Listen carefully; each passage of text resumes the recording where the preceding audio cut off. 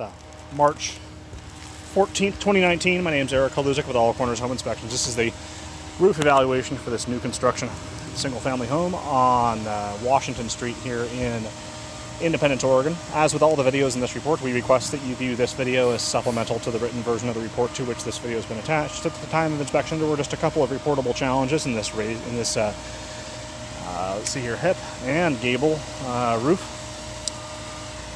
An Oregon home inspection does not include a roof warranty, meaning we make no claims as to this roof's ability to keep water out of the ceiling voids and attic spaces for the living space below. There are companies that will offer those kinds of warranties. Oregon home inspectors are specifically forbidden from offering these kinds of services. At this location here, and you'll see in the report itself, there's a picture of it, both the nail it's holding up as well as the raised location. There's a few locations here at the right-hand side in particular where at the very bottom course of roofing, there's some nail heads that are protruding from the sheathing line, and that's preventing the roofing material from resting completely flat on the sheathing or felt below. We recommend getting those nail heads not recessed, but in the same plane as the roof sheathing. Other challenge we'll identify is that at the rear portion of the structure, we have what we call a piece of kick-out flashing that's intended to route water away from the edge of the structure. Instead, the builder actually installed it a couple of courses up, one course up from the bottom. So there's that kick-out flashing. The challenge here is there's not going to be a lot of water that accumulates at that location, but there's a little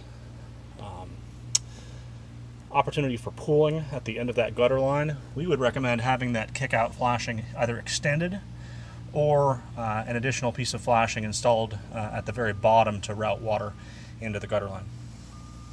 We'll also note at this time that there's no flashing at the top, at the belly band, which creates the division between the bottom course of siding and the top portion of siding.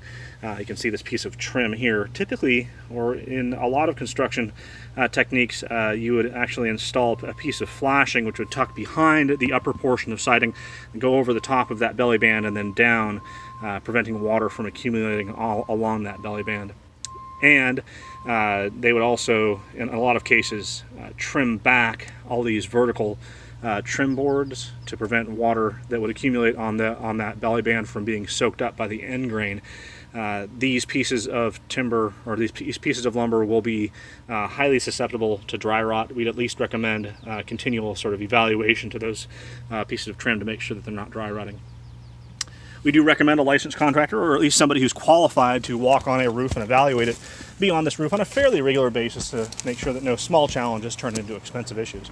This has been Eric Haluzik with All Corners Home Inspections.